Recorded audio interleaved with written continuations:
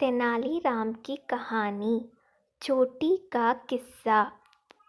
एक बार महाराज कृष्णदेव राय ने तेनालीराम से पूछा, बताओ तेनाली, ब्राह्मण अधिक चतुर होते हैं या व्यापारी? महाराज, इसमें कोई संदेह नहीं है, व्यापारी ब्राह्मणों से कहीं अधिक चतुर होते हैं। तेनालीराम ने उत्तर दिया। ऐसे तुम कैसे कह सकते हो तेनाली? महाराज बोले। महाराज, यदि आप अवसर प्रदान करें तो मैं कह रहा हूँ वह प्रमाणित करके भी दिखा सकता हूँ। तेनालीराम ने आत्मविश्वास के साथ कहा। ठीक है, तो कल प्रमाणित करके दिखाओ। जैसे महाराज की आज्ञा, किंतु मेरे एक शर्त है कि कल मैं जो कुछ भी करूं, आप उसके बीच में कुछ ना कहें, ना ही किसी अन्य को कोई रोड़ा डालने दे। महाराज ने तेनालीराम की बात मान ली। अगले दिन दरबार लगा। समस्त दरबारी दरबार में उपस्थित थे, राजगुरु भी। अचानक तेनालीराम राजगुरु से बोला, राजगुरु जी, मेरा आपसे एक निवेदन है।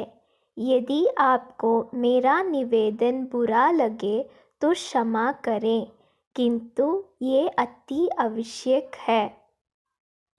ऐसा क्या निवेदन है तेनालीराम? राजगुरु ने पूछा। महाराज को आपको चोटी चाहिए, इसलिए उनके लिए आपको अपनी चोटी का बलिदान देना होगा, अर्थात आपको अपनी चोटी कटवानी पड़ेगी। हाथ जोड़कर तेनालीराम बोला। ये सुनते ही राजगुरु का खून खौल उठा। क्रोध में लाल पीला होकर वह तेनालीराम को कड़ी कोटी सुनाने लगे। तब तेनालीराम उन्हें शांत करते हुए बोला, राजगुरु, बदले में चाहे आप मुंह मांगा दाम मांग ले, किंतु चोटी तो आपको कटवानी ही पड़ेगी, क्योंकि ये महाराज की आज्ञा है। राजगुरु समझ गया कि वह महाराज की आज्ञा के विपरीत नहीं जा सकता।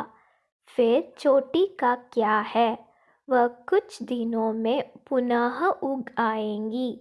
वह सोचने लगा कि इसके बदले उसे कितनी स्वर्ण मुद्राएं मांगनी चाहिए। कुछ देर सोचने के बाद वह बोला, ठीक है, यदि ऐसा करना अति आवश्यक है तो मैं अपनी चोटी कटवाना तैयार हूँ, किंतु चोटी के बदले मुझे 5 स्वर्ण मुद्राएं चाहिए। खजांचिच को वह खजाने से 5 स्वर्ण मुद्राएं निकालकर राजगुरु को दे दी गई और नाई बुलवाकर उनकी चोटी कटवा दी गई। कुछ देर बाद नगर के सबसे बड़े व्यापारी को बुलवाया गया। तेनालीराम ने उससे भी कहा कि महाराज कृष्णदेव राय को उसकी चोटी चाहिए, इसलिए उसे अपनी चोटी कटवानी पड़ेगी।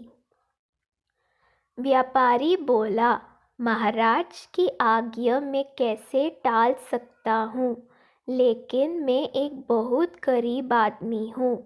अपनी चोटी के बदले में तुम जो कीमत मांगोगे वह तुम्हें दी जाएगी। तेनालीराम बोला।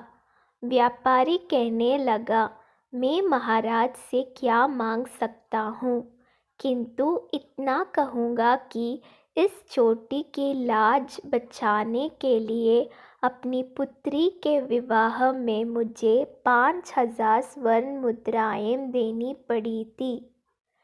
फिर अपनी पिता की मृत्यु के समय भी इस छोटी को बचाने के लिए मुझे 5,000 स्वर्ण मुद्राएं खर्च करनी पड़ी थी।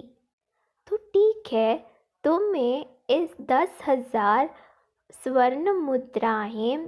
तेनालीराम कह ही रहा था कि व्यापारी बोल पड़ा, मेरी बात पूरी सुन लीजिए श्रीमान। बोलो, क्या कहना है? श्रीमान, आज भी बाजार में इस छोटी के बदले मुझे 5,000 स्वर्ण मुद्राएं आसानी से उधार मिल जाएंगी। अपनी छोटी पर हाथ फिराते हुए व्यापारी बोला, तो इसका अर्थ है कि तुम्हें अपनी छोटी के बदले 15,000 स्वर्ण मुद्राएं चाहिए? तेनालीराम ने पूछा। अब मैं क्या कहूँ, बस महाराज की कृपा हो जाए, व्यापारी खिसियाते हुए बोला। तुरंत खजाने से 15,000 स्वर्ण मुद्राएं निकालकर व्यापारी को दी गई। नाई तो पहले से ही दरबार में उपस्थित था। व्यापारी अपनी छोटी कटवाने बैठ गए। नाई भी उसकी छोटी काटने आगे आए, लेकिन जैसे ही उसने व्यापारी की छोटी काटने उस्तरा निकला, व्यापारी तुनकर बोला, ये नाई ज़रा देख के, भूलना नहीं कि ये महाराज की छोटी है। व्यापारी के ये शब्द महाराज कृष्णदेव राय को अपमानजनक लगे। वे क्रोधित हो गए और उन्होंने सैनिकों से कहकर व्यापारी को दरबार से बाहर फिंकवा दिया। व्यापारी के हाथ में पहले ही 15,000 स्वर्ण मुद्राओं की थैली थी। उसने भी वहां से छपंक होने में देर नहीं लगाई। इस पूरे घटनाक्रम के बाद तेनालीराम महाराज से बोला, महाराज, मैंने अपनी बात सिद्ध कर दी। आपके देखा कि राजगुरु जी ने 5 स्वर्ण मुद्राओं के बदले अपनी छोटी गंवा दी, लेकिन वो व्यापारी 15,000 स्वर्ण मुद्राएं भी ले गया और अपनी छोटी भी नहीं कटवाई। हुआ ना व्यापारी ब्राह्मण से अधिक चतुर? यह सुनकर महाराज सहित सारे दरबारी हंस पड़े।